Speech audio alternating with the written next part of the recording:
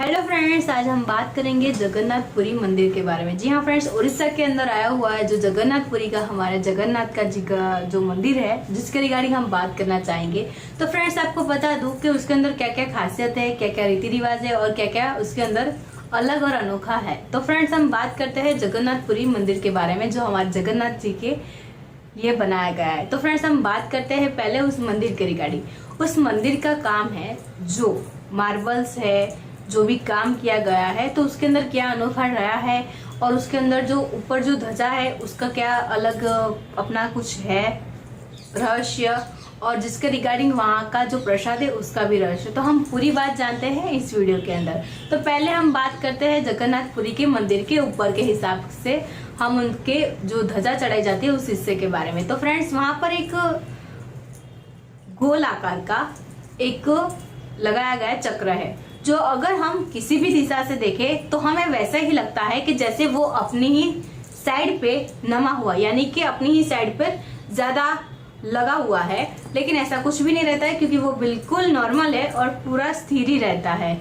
और दूसरी हम बात करें तो उसके ऊपर लगाए हुए ध्वज यानी कि ध्वजा के बारे में, तो वह उसकी ध्वजा है जो हवा का रुख होता है उससे उल्टी विपरीत बहती है, जो कि उसका बहना उससे उल्टा रहता है।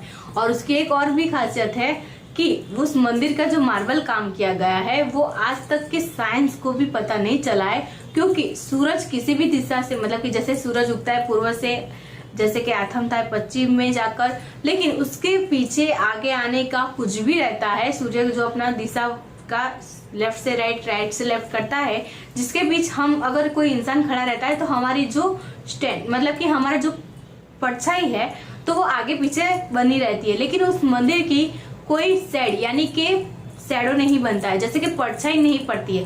अगर सूरज इस तरफ से हो तो हम माने कि पीछे की तरफ उसका सैड पड़ता हो, या फिर इस तरफ, लेकिन ऐसा कुछ भी नहीं है। पूरे मंदिर का सैड यानी कि परछाई नहीं पड़ रहा है, तो वो अपने आप में ही एक चमत्कार है और एक नया आविष्कार अगर माने तो, क्योंकि साइंस को अभी उसका कुछ रीजन भी नहीं पता चला कि उसके अंदर कैसे मार्बल, कैसे इंग्रेडिएंट्स जो यूज किए गए हैं, तो वो एक बड़ा ही, उसके अंदर बहुत ही बड़ा रहस्य है। दूसरी हम बात करें तो ध्वजा के बारे में, तो वहां पर जो एक रिवाज है कि हर रोज एक पंडित को उसकी टोच पर यानी कि 45, मतलब कि हमारे 45 माल जो रहते हैं, 45 माला की मंजिल की जो बिल्डिंग रहती है, उतना ऊंचा उसका कद है जहां पर वो ध्वजा लगाई जाती है। तो वहां पर किसी एक पंडित को जाकर हर रोज वो ध्वजा बदलनी रहती है। अगर वो नहीं होता है, एक भी दिन अगर वो चूक जाते हैं, तो करीबन 18 साल तक वो मंदिर बंद रहता है। तो वैसी वहां पर मान्यता है। और साथ ही मैं बता दूं, वहां पर 2000 से 20,000 बंदे आज की तारीख में भी आते हैं एक दिन के अंदर। तो फ्रेंड्स, बता दो कि वहां पर कितनी मात्रा में बड़ी संख्या रहती होगी, जो कि रेगुलर लेवल में आते हैं, जो आस पड़ोस में रहते हैं वो हर रोज डेली दर्शन के लिए आते हैं, कोई यात्रा के लिए जाता है, या फिर किसी को गुरु रहते हैं वगैरह वगैरह। तो उस समय से वहां पर इतनी सारी भीड़ रहती है, लेकिन हर एक को बगैर प्रसाद के वहां से बाहर नहीं निकाला, मतलब कि नहीं भेजा जाता है।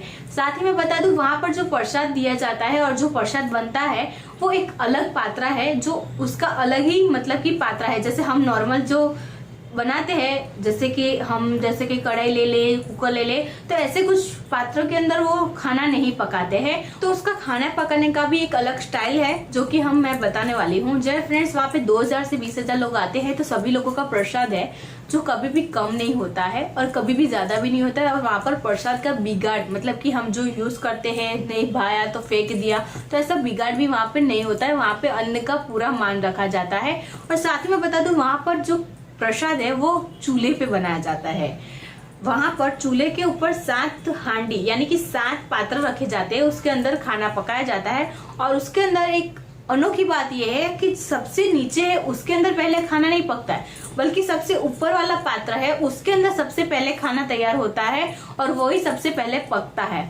तो फ्रेंड्स, ये जो अपने आप में ही एक अनोखा ही, हम बोले चैलेंज बोले या फिर अनोखा ही जैसे कि चमत्कार बोले, तो ऐसा ही कुछ। अगर हम कुकर गैस पे रखेंगे तो कुकर का ही खाना पकेगा। अगर उसके अंदर हम दोनों चीज रखते हैं तो उसके अंदर एक थोड़ा सा लेवल आता है, तो जिससे नीचे वाली पहले बनती है, ऊपर वाली में थोड़ी सी दिक्कत रहती है। लेकिन इसके अंदर चूल्हे पे बनता है, बल्कि साथ में मतलब 1 2 3 4 5 6 7 सातवें माल पे रखा हुआ पात्र है जिसका खाना पहले बनता है, तो वो अपने आप में एक चमत्कार है। तो ऐसी तरह से वहां पर प्रसाद बनाया जाता है, सभी लोगों को खिलाया जाता है।